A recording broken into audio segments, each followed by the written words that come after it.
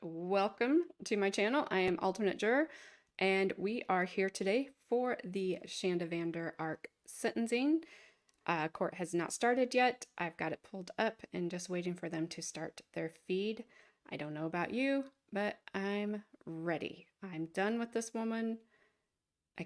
I'm hoping somebody shows up to speak up for Timothy because nobody has spoken for this child. So I hope somebody is there to speak on his behalf. I hope the prosecutor nails her to the wall because she deserves it. And I hope the judge does the same. So I just have a feeling after the judge's face when he heard that audio, or well, he'd watched the video. We heard the audio only, thank goodness. I think he has a lot to say. And I'm ready to hear it. And she better be there. I think she has to be. So I'm expecting her to be. I'm wondering if she'll speak. If she's smart, she should just stay quiet. So hopefully these guys will start on time. Hello, Hamilton and Gabrielle. And Carmen, I'm glad you got it to work while you're laying there. You poor thing. So, yeah, we're going to do this, and then we're going right back over to the Franklin Tucker trial. He is on the stand. I did check to make sure that they all came back on time and that he didn't do something, because why wouldn't he? So he is on the stand, and we will go back and start that once this is over. I have no idea how long this is going to be. I figured that I'm going to unmute this just so when it starts. I figured the defense will give his poor pitiful life speech. I'm not saying she didn't have one, but even if she had one, Timothy didn't deserve what he got just because she had a horrible life. And then the prosecutor, I assume if there's anybody to speak for Timothy, then they'll speak, then the prosecutors and the judge. That's just an assumption. Yes, Hamilton Tucker is taking the stand today. So it's been a weird morning over there. So I'm just ready. We're going to do Paul sentencing next Monday if they have it. Supposedly it's at 8:30 in the morning. This was scheduled for 8:30 in the morning, then 9, then 1:30, then who knows. I don't know if they're having issues with her. I would thought it might get postponed because the weather's bad up there. So I'm hoping none of that happens. So that's my plan, is once we're done with this, is to go back over to the Treehouse murders. If you haven't, sorry, didn't mean to say the M word, the Treehouse unaliving robbery thingy that I can't say those stupid words to. If you haven't been watching that trial, it's a show. It's something. It's crazy. It's crazy. It's sad, but it's nothing like this one was. So Hamilton, what do you mean you found out about her? About Shanda? I don't know if I want to know.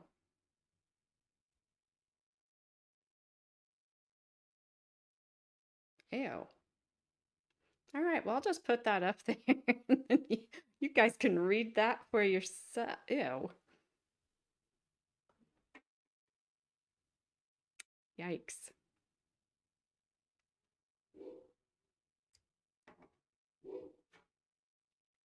That's something. I have a feeling that the prison might see a lot of hot sauce deliveries. I'm not condoning sending any. I just think they might see some. I didn't send any. I'm not saying I did. I did nothing. Come on.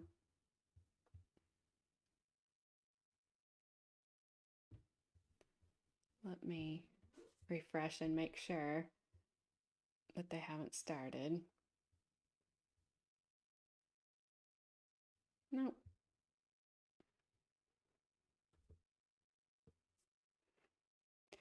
Wondering how, if she is there, which I do believe she'll have to be.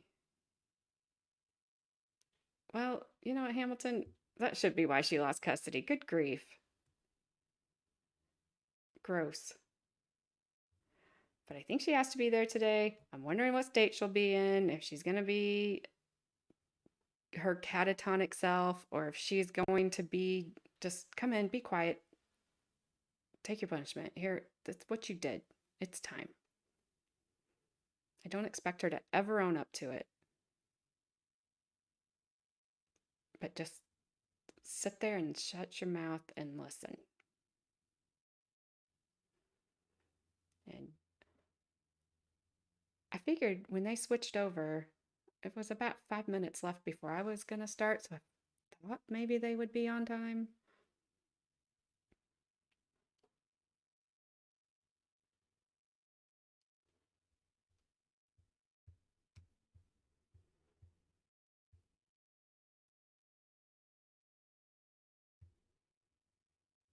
Sorry, I'm going to keep refreshing because sometimes these don't just automatically start.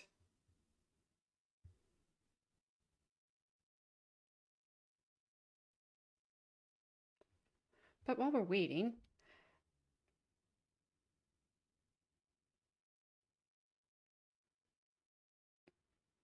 where'd you find? I don't know that I want to see those. Where'd you find the transcripts?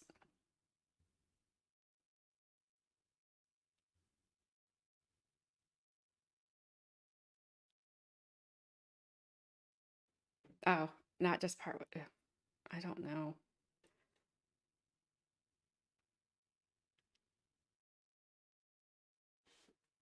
Really. I just, you guys, I have to be honest. I had to kind of distance away from this for a little bit. So if you've commented and I haven't responded or anything, please don't think anything.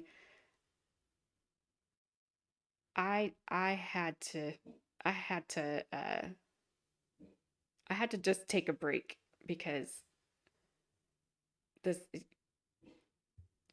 because yes, she's really evil and I really just needed to get away from her for a little bit. Here we go. I hear some noise. Maybe.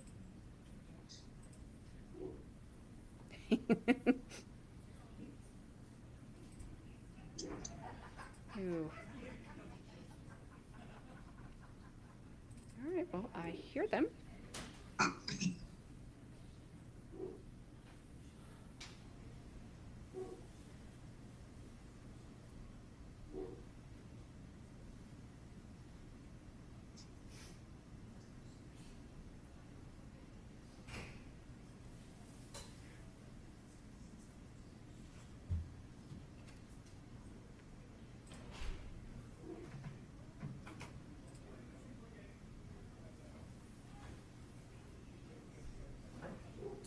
Are they going to give us a picture? Be nice.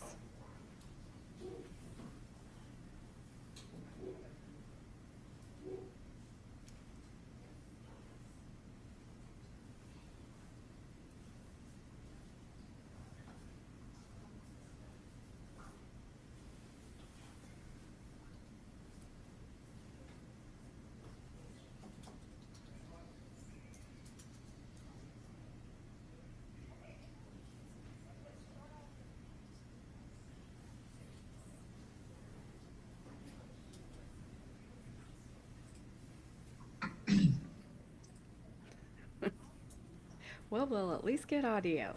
Come on.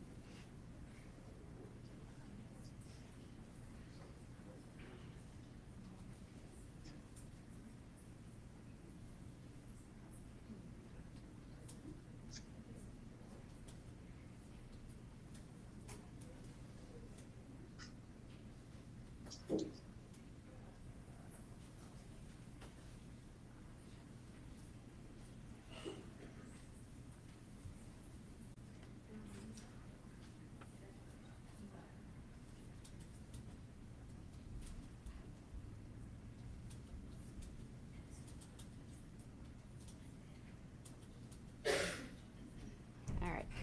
I just want to make sure that that's what they were still showing, and it is, so.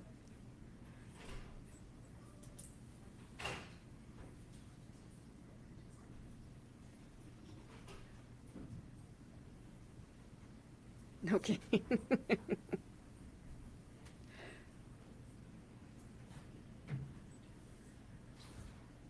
I don't know if they're gonna let us hear the sound. Let us see the pictures, or the picture. Let's see the feed.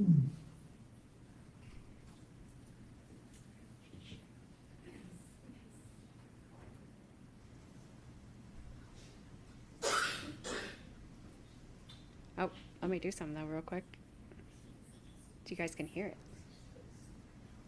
Sorry. That's probably way better.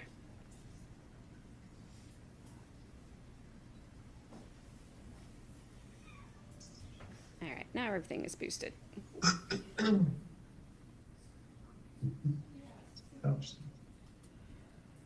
What's that? So, that COVID, man, it's just so bad. It's running through the jail too, everybody. It's just everywhere. Yeah, my fiance has it right now too.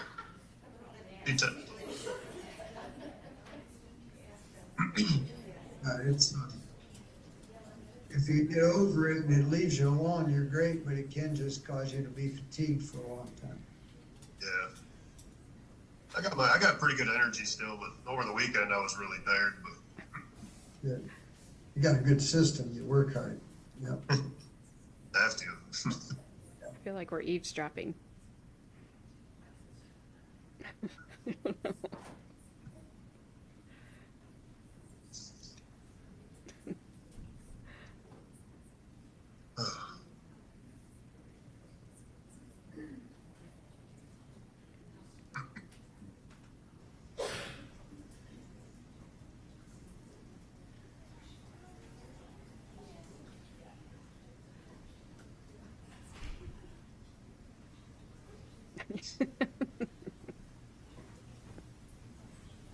Me too.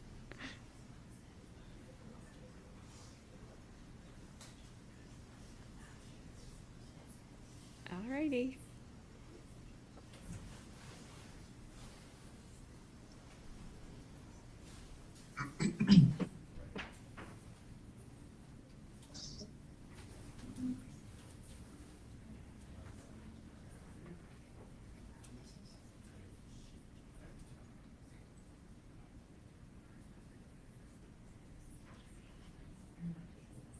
I've never. It's really loud. I've never just seen them do this.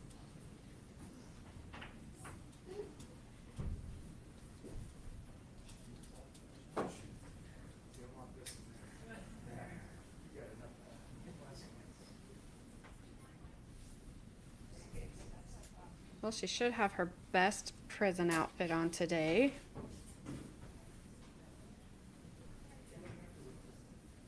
If we ever get to see her.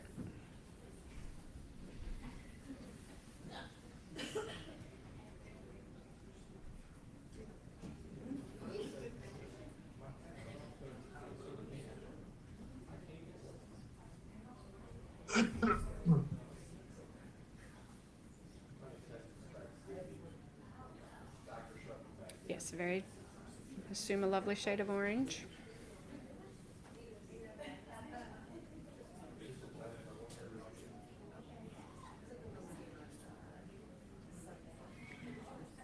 You know, most judges are pretty on time, so I'm kind of wondering if something's up.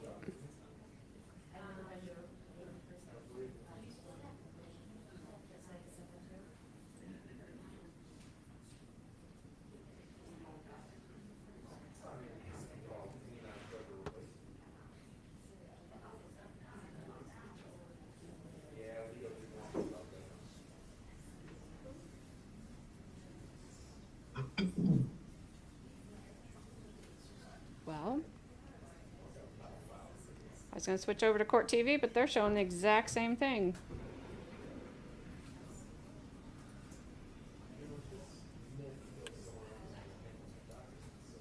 Yeah, she's probably sick, all right. That catatonic probably hit her again.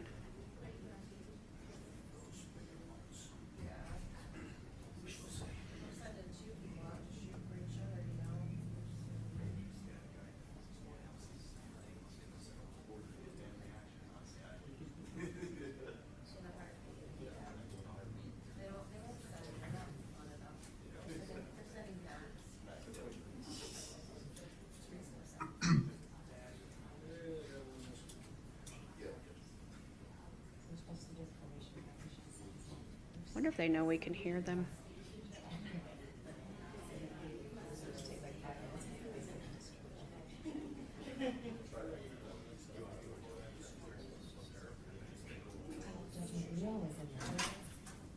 All rise. Come to order. 14th Circuit Court, County of Muskegon is now in session. The Honorable Picture. Matthew R. Casel is presiding. You may be seated. Good afternoon. Mr. Anderson, can you hear us okay? Yes, everything's fine, sir. Thank you. All right, Mr. Stanley, can you hear us? Yes, I can. All right.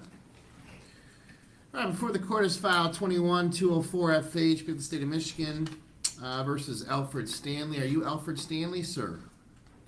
Yes, I am. All right, Mr. Stanley appears before the court via Zoom. His attorney, Mr. Ed Anderson, is also Oh. present via Zoom. Representing the defendant, the people of the state of Michigan, are represented by Miss Melissa Powell. It's a date and time scheduled for a probation violation sentencing in this case. All right, I figured out what's going on. They're doing other sentencing. There was other sentencing listed above her today. So this is somebody completely different, not even associated with her, I believe. So we may have to listen to a few of these. I don't think there was many above her. So, yeah. Miss Powell, have you an opportunity to review the probation violation? They did that, not me. Or they have the wrong feed. I don't know. But you can go on to the Michigan court website and the whole state will pop up and has all the counties there. And then you can, if the county is a different shade of blue or whatever they have, you can click on that county. You can go down, it'll list all the judges. It'll tell you if they're online or not. And you can go watch their hearings. Some of them are really interesting. I know it sounds really boring. But I think that's what is happening there. But that did not sound like her judge. And I would assume she has the same judge. And I noticed, I don't even think Court TV has their feed up.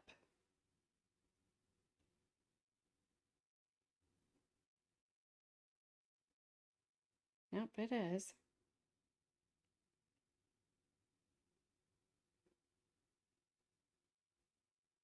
Real quick, and just let me know when everybody's sure. There we go.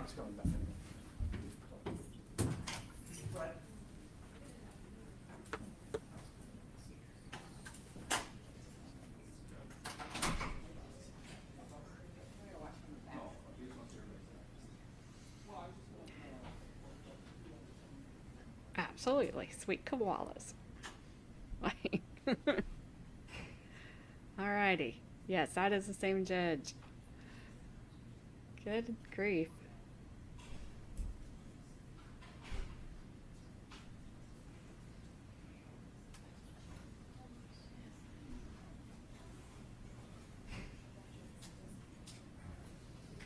This makes more sense to me because it's not like she was found guilty of a misdemeanor, that they could just run her through like they do on those. I guess that's fine.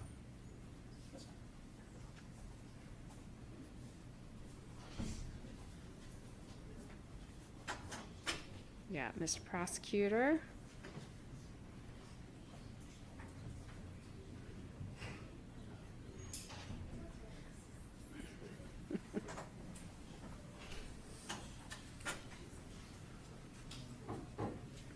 was with you.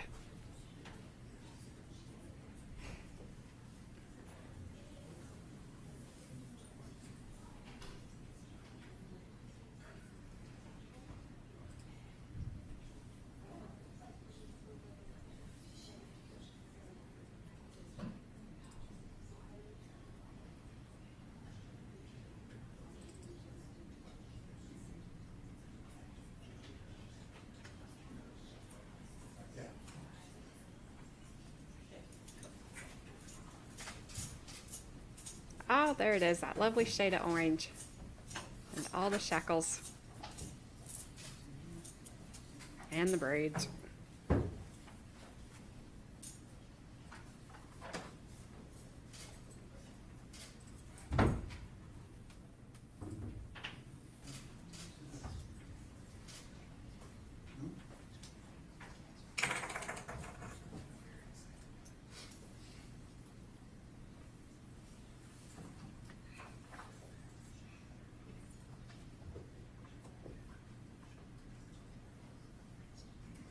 I hope so.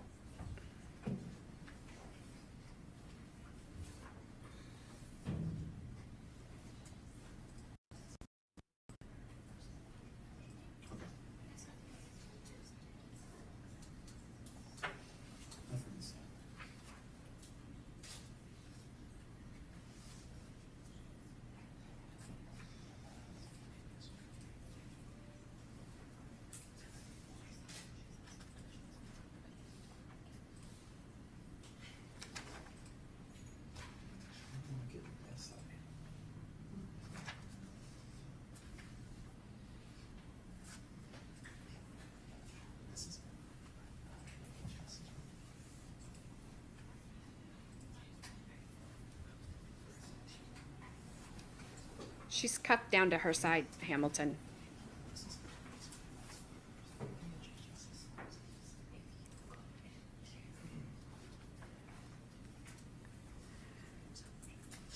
I don't know, Deanna, but you can probably bet there'll be some.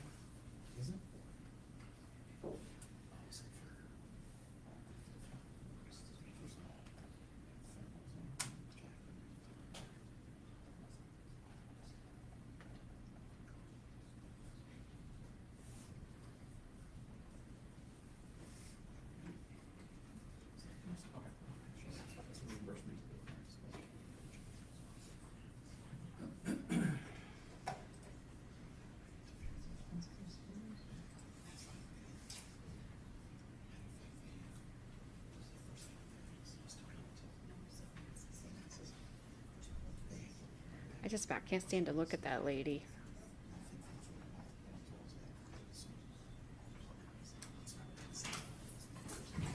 All rise. There we go. Resumed. You may be seated.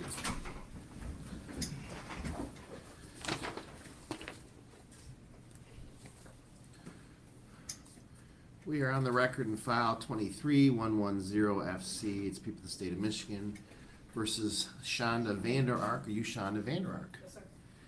All right, Ms. Vander Ark appears before the court with her attorney, Mr. Fred Johnson. The people are represented by Matt Roberts. The date and time scheduled for a sentencing in this case. Have the people had a chance to read the pre-sentence report and the attached guidelines?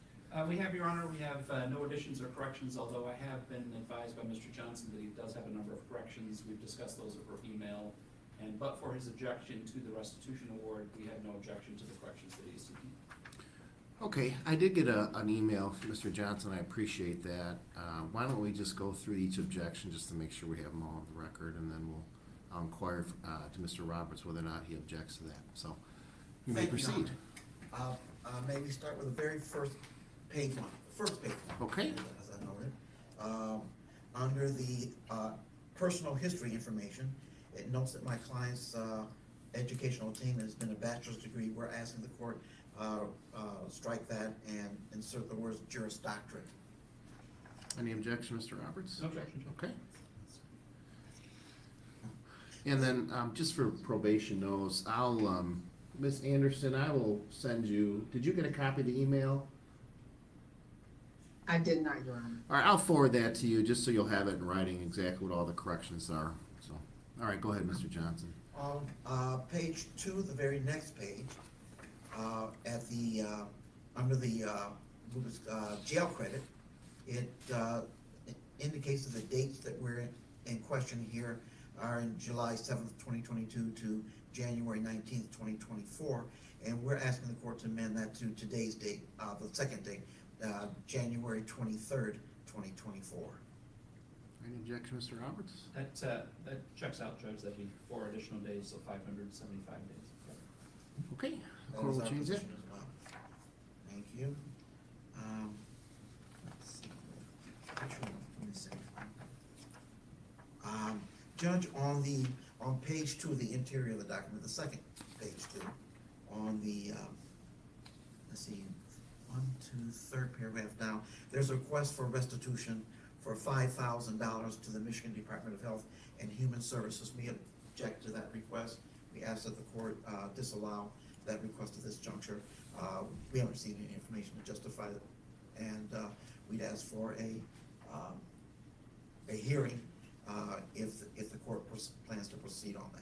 Mr. Roberts? Your Honor, that request is made by the Department of Health and Human Services as compensation back to the Crime Victims' Rights Compensation Act. That fund did pay out some funeral expenses as a result of this, and the fund is entitled to seek compensation from the defendant in those cases.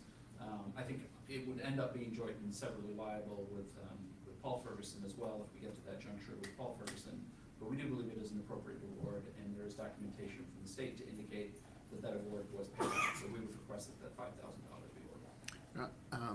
Has Mr. Johnson been provided that documentation? He may not have. I can Okay. forward those to him. So. Mr. Johnson, would you prefer to just have the restitution portion reserved until you can receive the documentation? Then if you so choose, you can ask for a restitution hearing. I guess what would your preference be, or Mr. Roberts, what your preference would be? I mean, I can order it with the ability for Mr. Johnson to come in and ask for a hearing, but I guess it depends on what either one of you would like to do. If I could just make a suggestion, I would prefer that in lieu of that, the only other thing I would ask that is if I can get the information to Mr. Johnson. My understanding is Ms. Vander Ark has another matter which is being handled in front of a different judge at this time. That case is not going to finish today, and she will be here at least until tomorrow. That perhaps by then we can work out this restitution issue and just move forward that way with the court ordering it. And then if Mr. Johnson chose at a later time to challenge it, certainly you would have the right to do that for a motion. Okay, yeah, what I'll do is, I mean, I think the paragraph in there saying that they're requesting restitution, I don't think there's any need to strike that in terms of ordering it. What I'll do is I'm gonna order it with your opportunity, Mr. Johnson, to request a hearing, and obviously, if you want a hearing, we'll have a hearing on it, and if you don't, then it'll stand as ordered. Thank you, Your Honor. All right? I'll provide Mr. Johnson the documentation we have as well, so he can review that, Judge. Okay, you can continue, Mr. Johnson.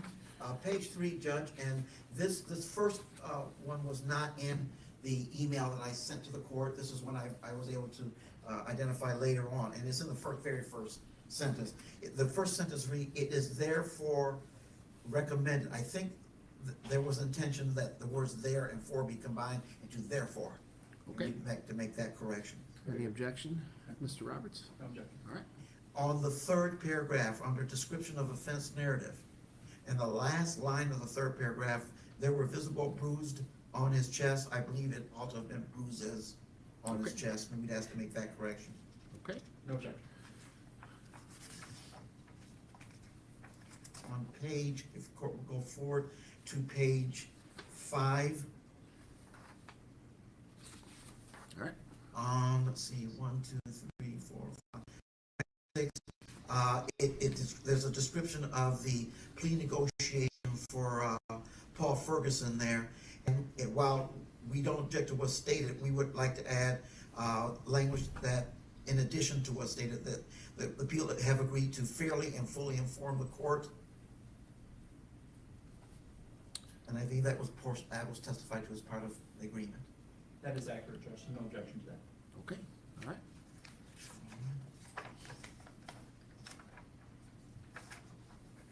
Okay. On page 7, under the heading of employment, under unemployed, then it says 17th Circuit Court. I believe the intention was to say 27th Circuit Court, Your Honor. That's where the employment was, in fact. Yeah, I did see that. I think the 17th is actually Kent County, I believe, so it's the 27th Circuit Court. Any objection, Mr. Roberts? No objection. All right. And Your Honor, we're asking the court to add to the employment that my client was also employed with the 14th Circuit Court as a law clerk as well. And when January 2021 to August 2021. January 2021 to August 2021. 2021, Your Honor. Okay, any objection, Mr. Roberts? It's a fairly minor point, but I think technically that was an internship. I don't know if that qualifies as employment, but I'm not. If the court wants to put that in there, that's fine. Yeah, I thought the same thing. I mean, we don't differentiate between, I mean, I guess we can say rate of pay as an internship. I think that kind of will make sense to me. Any objection to that, Mr.? That's appropriate, Your Honor. We will support that. Okay, all right. And on that same page, Judge, under colleges, advanced degrees, the second one down, West Michigan University, Cooley Law School, under level completed, it says 3 years college, 4 years college, and it should be 3 years. And the area of study should be law, not legal assistant. Okay, any objection, Mr. No Roberts? objection. All right. And certificate, I'm sorry, you're correct. Certificate should be Juris Doctorate. All right. Correct. Okay. Okay, on the next page, page 8. And this also was not included in my original email, Judge, under mental health, where it says bipolar disorder. Okay. We now have the medications that's been prescribed. And I'm gonna spell them for the record. The first one is Lamistol. Lamistol? It's Lamictal, C, not S. Okay. Lamictal. DIL. Okay. Lamictal. Lamictal. And it's spelled Vistari. T-I-L?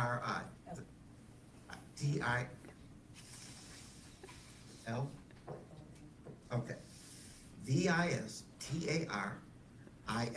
Vistari. Visceral. And the treatment commenced in 2024. Okay.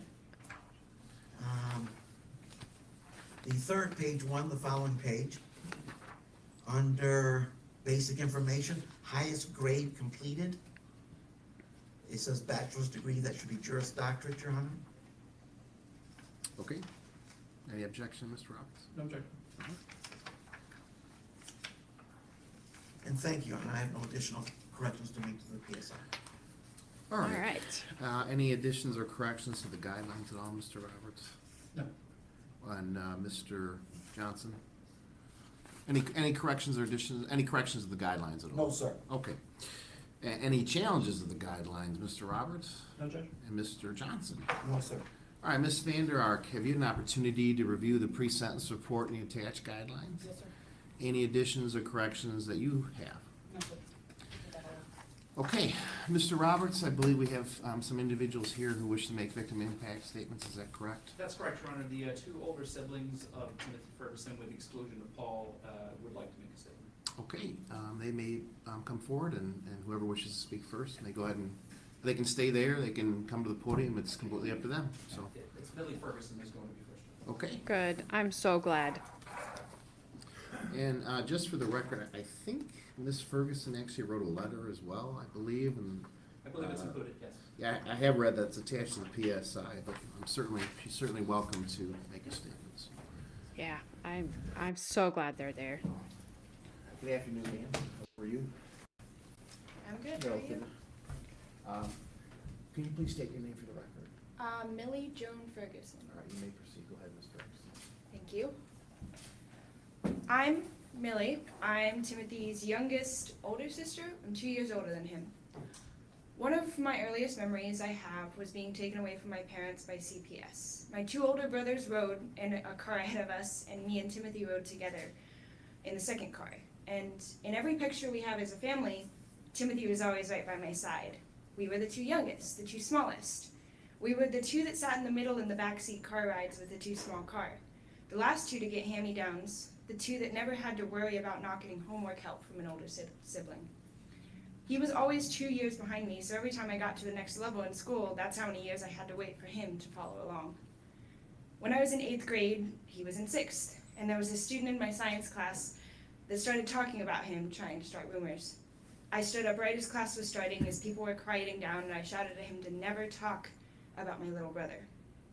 People could say whatever they wanted about me, I didn't care, but not about him, and never about him, because I was his big sister.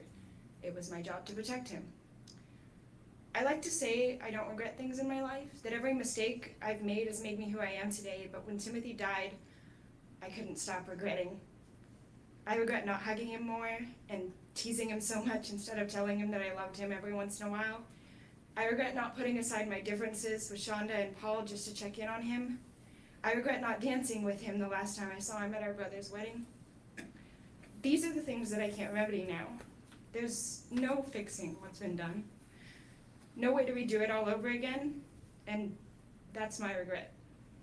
That I couldn't protect him when he needed me most. Timothy was so smart. He could take anything apart with any tools, or none at all. He had trouble focusing, but when he did, he was just as smart as the rest of his class. He made people angry, yes, but then he would look at you with those big baby blue eyes, and you could never stay mad at him. It took me 6 months of therapy after he died to even properly feel the emotions of his death. And I'm still in therapy today. I've been trying so hard since he passed away just to try to let people know of him. Let people know that he was loved, that there are people out there grieving for him. I'm here today for him, because I was asked to speak for him, because I was given a victim impact statement for him instead of a witness one, because the victim of this crime can't speak for himself. I knew him his whole life. I held him the day he was born, and I continued to try to hold his hand as long as he was by my side, until he wasn't. I want the woman who killed my little brother to face the highest punishment possible. I want her detained for the rest of her life so she can't hurt anyone else. And I want the world to know that Timothy was wanted, if not by her, then by me. He was loved by me. Thank you.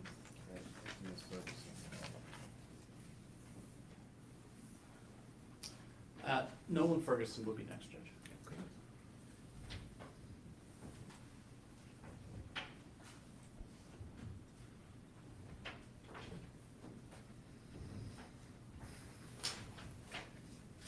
Yeah, Could you please state your name for the record? I go by Nolan. My full name is Eric Nolan Ferguson Jr. Go ahead, Mr. Ferguson. I am Timothy's oldest brother, and unfortunately the oldest child of Shanda Vander Ark. I live with my wife 900 miles from here, and in July of 2022 I was working 60-hour work weeks trying to build a career when I received a phone call that I never thought I would get. My baby brother Timothy was gone. For 2 days I reeled with no explanation until I was informed that our own mother was in jail for his murder. Somehow, making an entirely unexpected and deeply awful situation worse. I thought that things were different than when I was younger. I thought my mother had changed for the better. Not one day has been easier since then. I've had to leave my career behind. My wife has to watch helplessly as I struggle, day in and day out, wondering how none of us knew what was going on, wondering if I told Tim I loved him enough times for him to remember up until the very end. I have to wake up every day and pretend that I am who I was before Timothy died.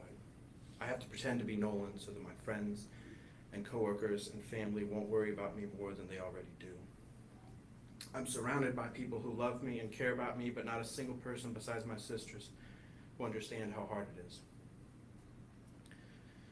Timothy wasn't surrounded by people who loved him when he died, and if I had known that, nothing could have stopped me from rescuing him and holding him in my arms and telling him I love him, that his big brother's got him, just like I did the day he was born. But because of Shanda Vander Ark's actions, I instead got to cradle the bag of his ashes in my arms, just like I did the day he was born.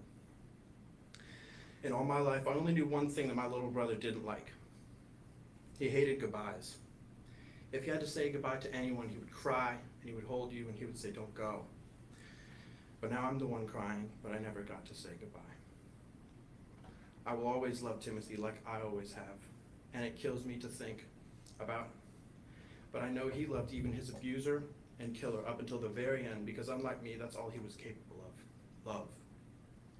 I, on the contrary, want to stand here and express the anger and hatred that I feel, but if I'm honest, all that's just a mask, a bandage I try to put over the hole in my heart that was reserved for Timothy, but is now just filled with pain and remorse for every hug, high five, and I loved you that I might have missed in the time that I had with my sweet baby brother.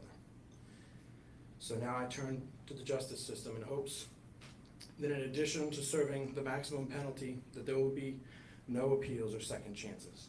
If I can't have my brother back, she shouldn't have her freedom back. And lastly, I want everyone to know that to those who knew him, even that wouldn't feel like justice. Because the life of one sweet little blue-eyed boy is not equivalent to that of a murderer. Thank you, Mr. Ferguson. Mr. Rogers. Thank you, Judge. I want to preface this by saying that those of us involved in the justice system, including the defendant, know what sentence the court is going to impose here, at least for that first-degree murder charge. And it is a sentence which is as warranted in this case as ever there was a case. That life without parole is the only sentence that Ms. Vander Ark should receive. I wanted to stand here for two reasons. I wanted to stand here, up here at this podium, next to Millie and next to Nolan as they gave their statements, for two reasons. One, to show that we support them, that we support whatever statement they wanted to make here today. But I also wanted to see Ms. Vander Ark. She didn't look over her kids once. Not once during this entire process did she look over at her children. And that speaks volumes, because this case has always struck me that it's impossible as a parent, let alone as a human being, to understand the depths of the depravity that it took for us to come here today.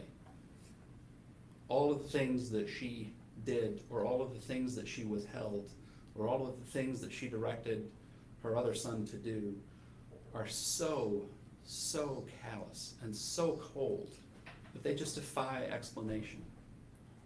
And I convinced myself that the only thing that could make any sense is that on some level she had stopped thinking of her children as human beings.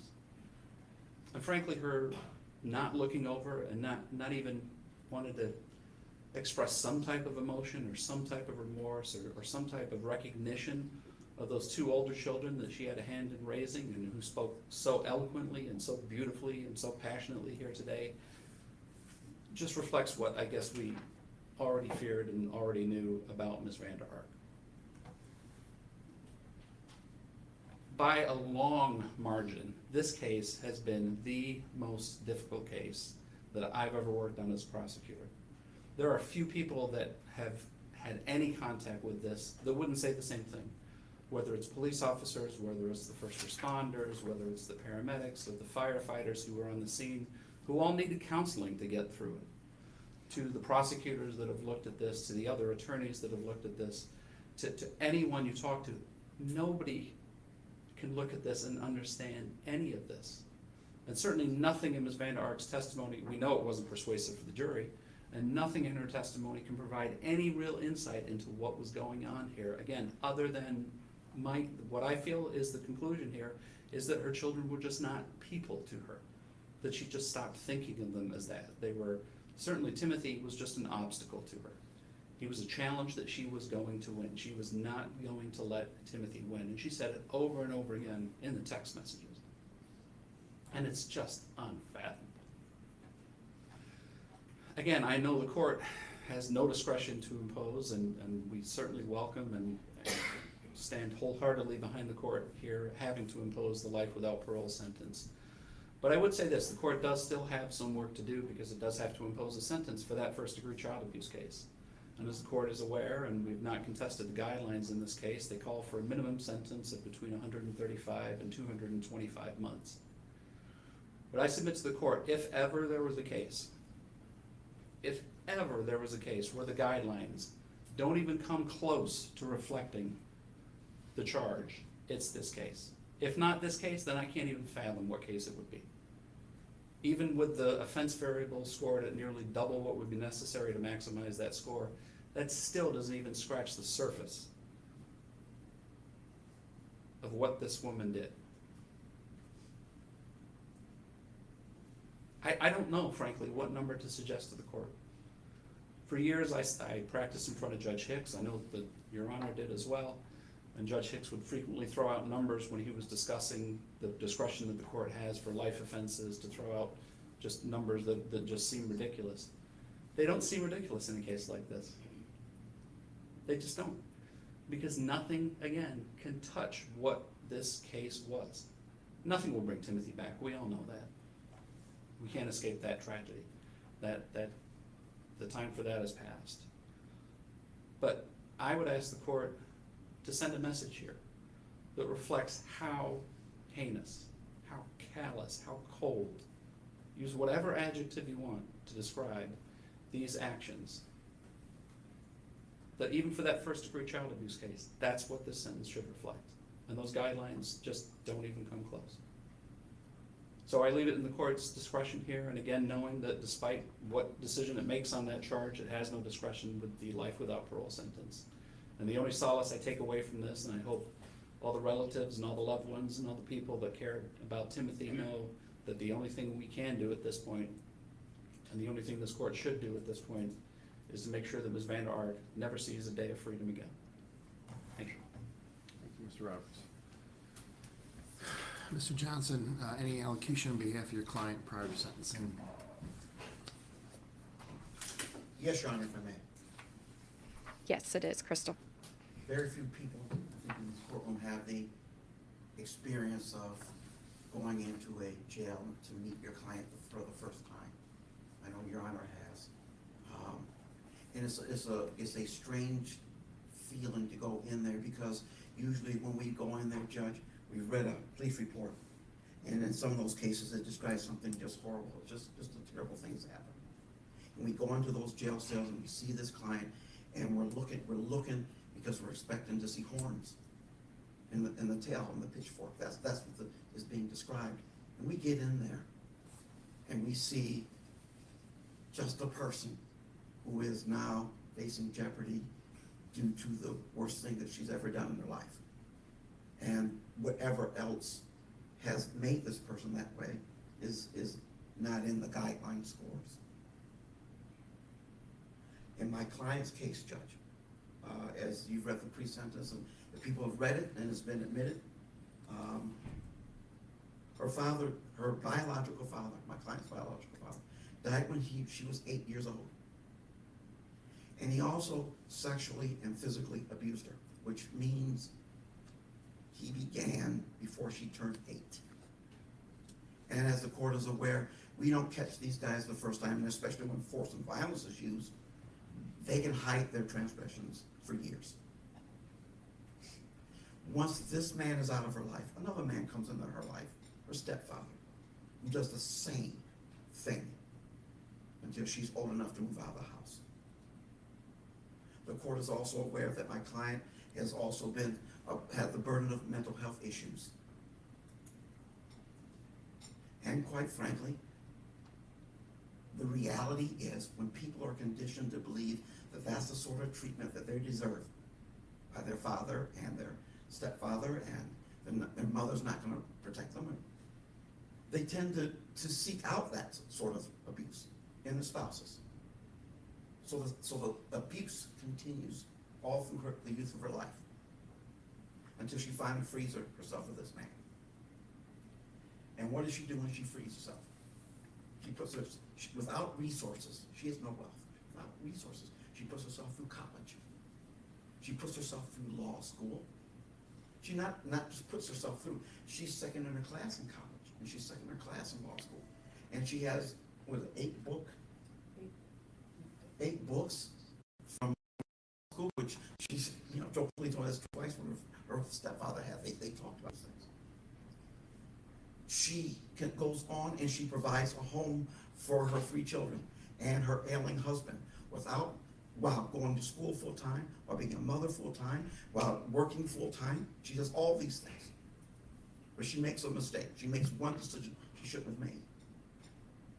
She says yes.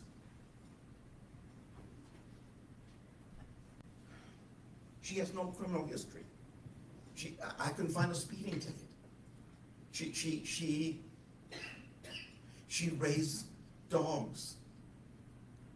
She did Herculean stuff.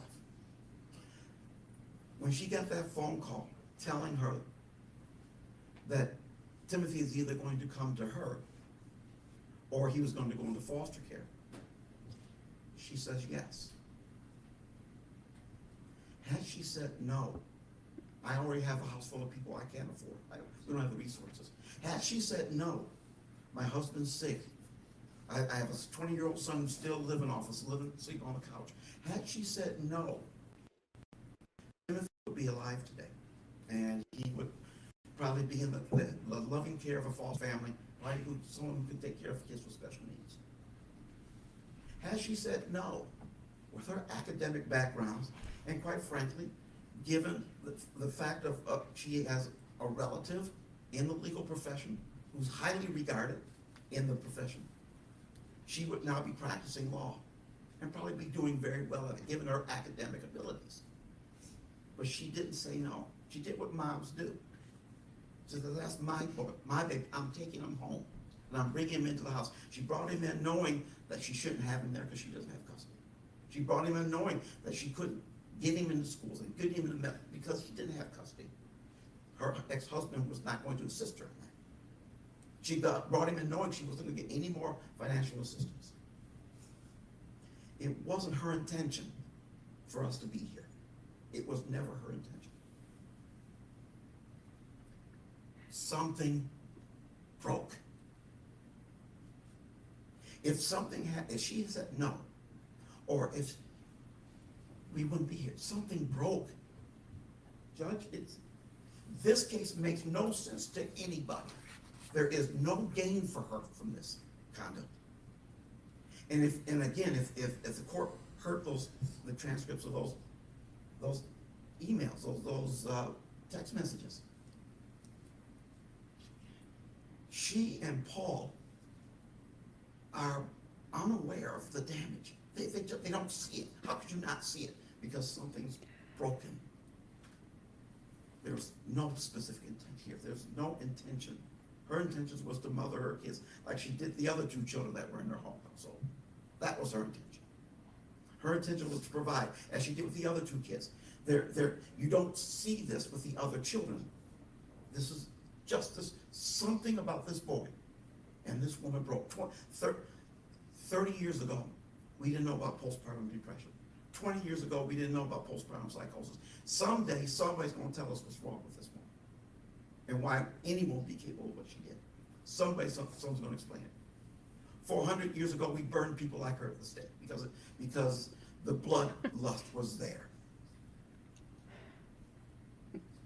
Oh. And that's what made people feel better, and that was their solution to a horrible situation. Well, there is Mr. Roberts' description of this offense. Nothing's inaccurate. Nothing he said do I disagree with. But I think you have to add in the part that something's wrong here. Something's wrong here. And even if we can't put a label on it, we all know it. Timothy was her blood son. This wasn't some child. This wasn't a financial gain. This wasn't a stranger. This was her blood. She gave birth to this boy. And yet she was able to do what she did. Something's broken. The human mind just its capacities and its reasonings. I don't claim to understand, but we can look at her life before then and the circumstances, and they come together. And unfortunately, Timothy is the victim of it. That we get that. But the idea that this is premeditated or she intended, they found the video showing she was surprised. She was surprised when he passed. something's amiss.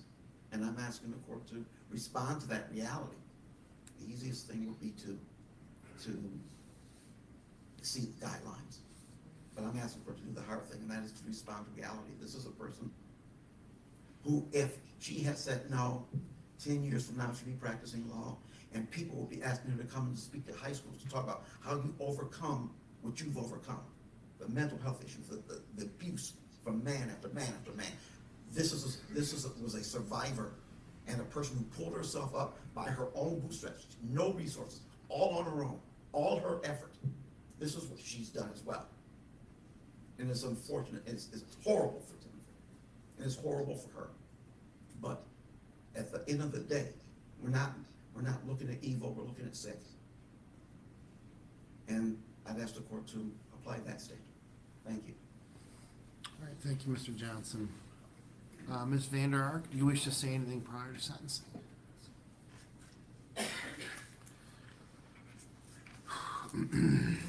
Well, first and foremost, for the individuals here to speak on Timothy's behalf, I appreciate you being here. It kind of struck me throughout the trial, you know, who was here for Timothy. And at one point in time, I worried that we may not have anyone to give a victim impact statement. And that to me made me very sad, quite frankly. Horrified more than anything, but quite sad. And I'm happy that two individuals took time to be here from miles across the country. And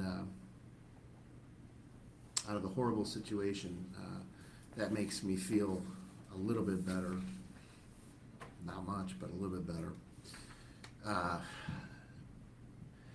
You know, Mr. Johnson makes the same argument today that he made at the trial, that this was just negligence.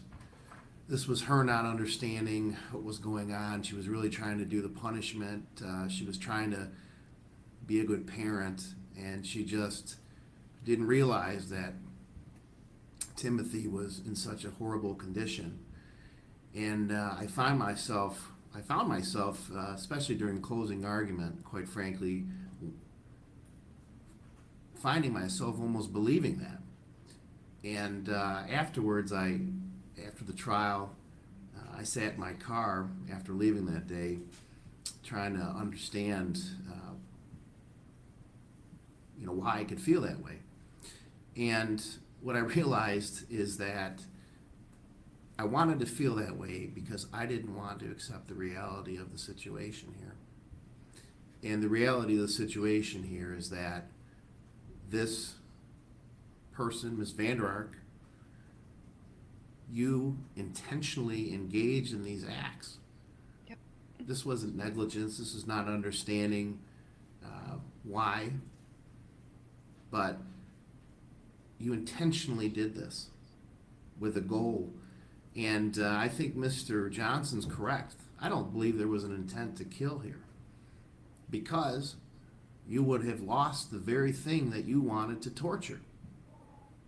Without him, you have no one to torture, except maybe the younger children.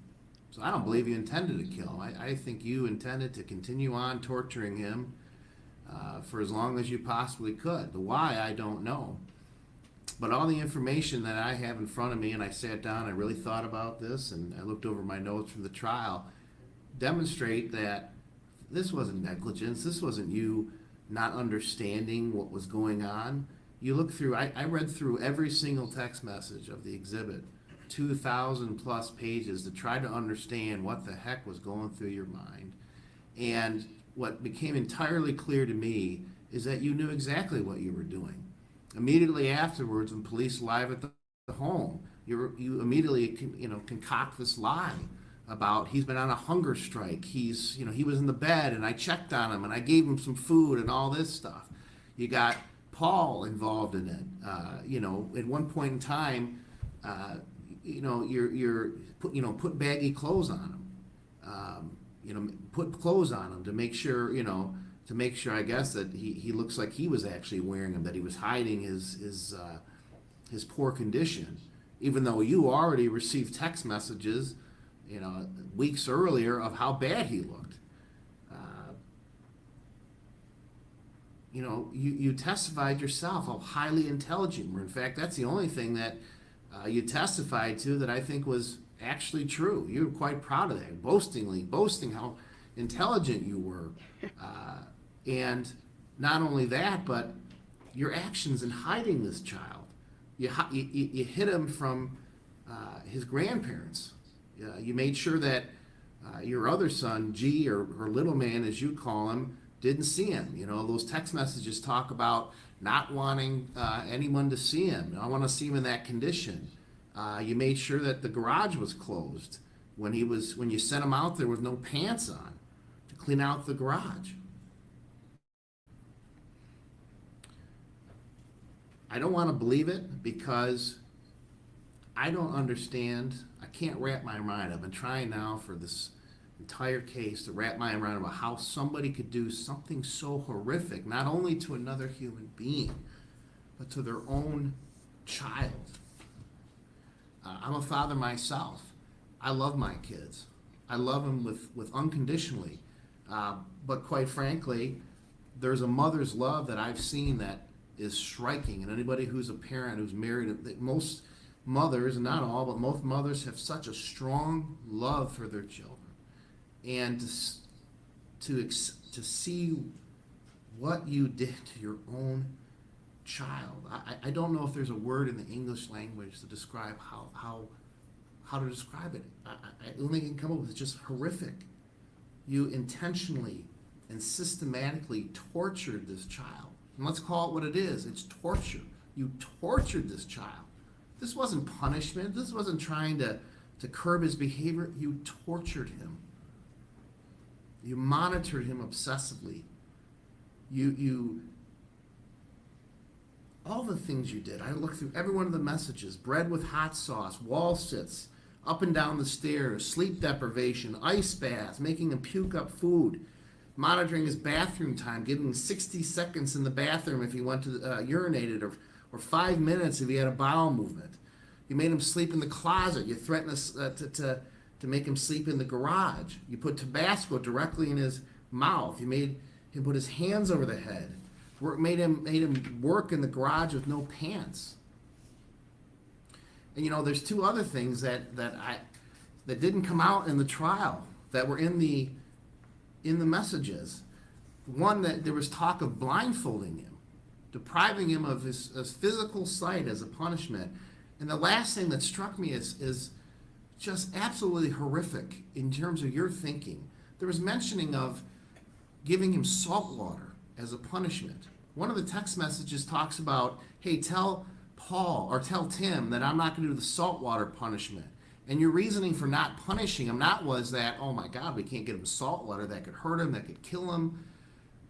But it was because you didn't want to give him another excuse to sit down on the toilet because he'd have diarrhea.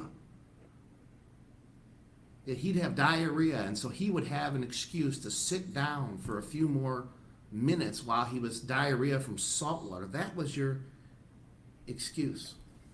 That was your justification, not that it would hurt him. And you did so for what?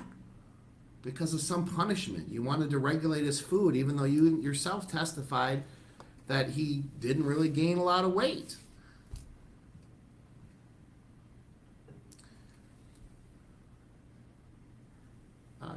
Toward the end of these text messages, you and Paul are talking about not wanting him to win. He's not going to win. I didn't allow pictures to be shown in open court of Timothy as he was when he died, because I didn't want people to remember him like that. Of all the things you took away from him, one thing I didn't want you to take away from him was at least some shred of dignity. And then I also thought, well, I'm a judge, I'm a human being. I don't know how to right this wrong. We try to do that. I try to do that from the bench every day. There's no way to right this wrong except impose a sentence that essentially takes away your freedom. And I thought to myself, what do I do? And I will tell you this. I'm choosing not to remember your son dead, looking like a Holocaust victim, but I'm choosing to remember like that. And you can't even look at him. That's how he was. A beautiful child with a lot of life in his eyes. That's who your son was. And you took that from him. I'm choosing to remember him as a happy individual with life, not as an individual. And that's the picture I want people to remember of your son. You took that from him. You took it from him. For what reason, I don't know. Mr. Johnson's right. There is something broken in you. I don't know what that is, but it doesn't negate what you did here. So, besides remembering him like that, I'm not going to let you hide in the darkness anymore. People know what you are now. They know what you did. You're not able to hide in the darkness anymore. Timothy won. And he won because we know what you did to him now. It's not hidden anymore. We know who you are. That's the way that I'm going to honor him. You don't win because justice, thank God, in this case prevailed. I can't even imagine if you had been able to resuscitate him. He'd be still suffering. So if there's anything I'm grateful for, would be that he finally passed away so you couldn't continue to torture him like you did.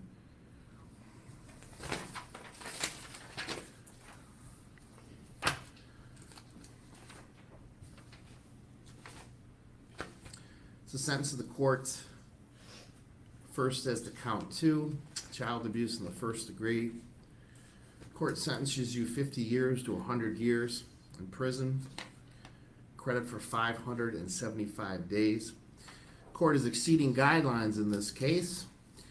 The court finds that the amount of torture that I've indicated in terms of the long-term suffering that Mr. Ferguson, Timothy went through justifies on a reasonable grounds to depart from the guidelines. Used to be the standard was the guidelines. If the guidelines didn't take into consideration all the elements, I don't think they would take into consideration the amount of absolute systematic, consistent torture that you engaged in here. I think that's enough reasons to justify departing from the guidelines. There's a $68 state cost, $130 crime victim rights assessment. As to count 1, felony murder. It's a sentence of the court. You serve a term within the Michigan Department of Corrections for the rest of your natural life without parole. Again, there's credit for 575 days that you've already served. There's a $68 state cost. The crime victim assessment fee has already been assessed, and the court is going to assess a $450 public defender fee. Ms. Vander Ark, you have a right to file an application. You have a right to file an appeal.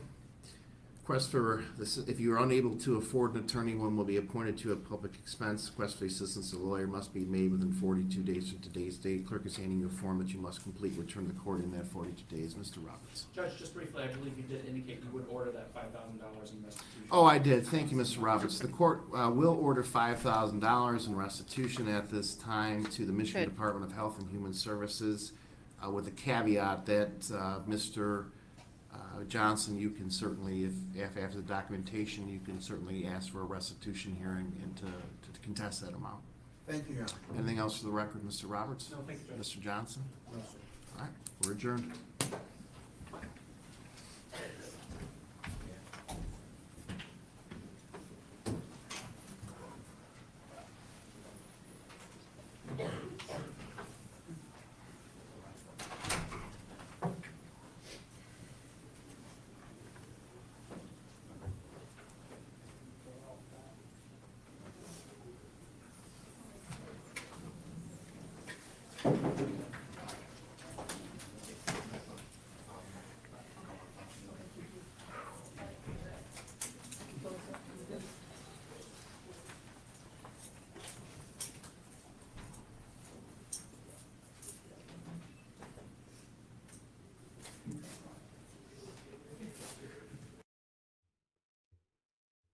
And there you have it. And so sorry. I didn't know if I was going to be able to get through that. So that was horrible. That was worse than day 3. Um, I'm so glad her kids were. They didn't even call her mom, so I'm not going to call her kids. I'm so glad Timothy's siblings were there to speak for him and to give him for somebody else because he had no voice ever. And they could at least look at her, even though she couldn't look at them.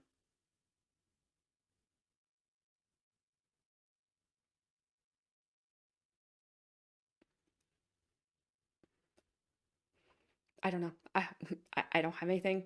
I know that'll surprise some of you, but I have nothing. I have nothing. There's nothing to say about her.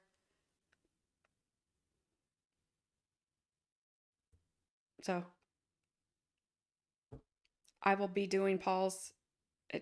Can't be this bad, but I don't know. I expected this to be bad, but not this bad. And then when the judge brought stuff we didn't hear, it was even worse. So I thank you guys. I thank everybody so much for being here. All of you guys that watched and commented, good comments, not so good comments, whatever. Thank you so much. I really do appreciate it. This was the worst thing I have ever seen. So I hate to even say, well, we'll be back on Monday the 29th because it just sounds so stupid. But the judge was excellent. Prosecutor was excellent. Her Timothy's siblings were excellent. How they kept it together, I don't know, because I instantly had just a pain in my chest that has been here the entire time.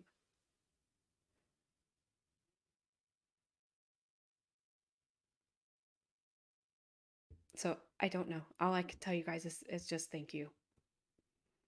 So that's all I have. That's all I have. There's just no words for this woman. Except this. I hope she gets all the hot sauce. I hope the bread is stale. And I hope it's every meal for it here. And I hope she lives a long, long life. I'll leave it at that. And I'll see you guys out there. See you back on the 29th. I think at 8:30. I will check and keep checking. They changed this one 3 times. You're welcome. So again, thank you guys for your support and watching. And I'm gonna leave it there. But I gotta do something first so I don't blow your eardrums out.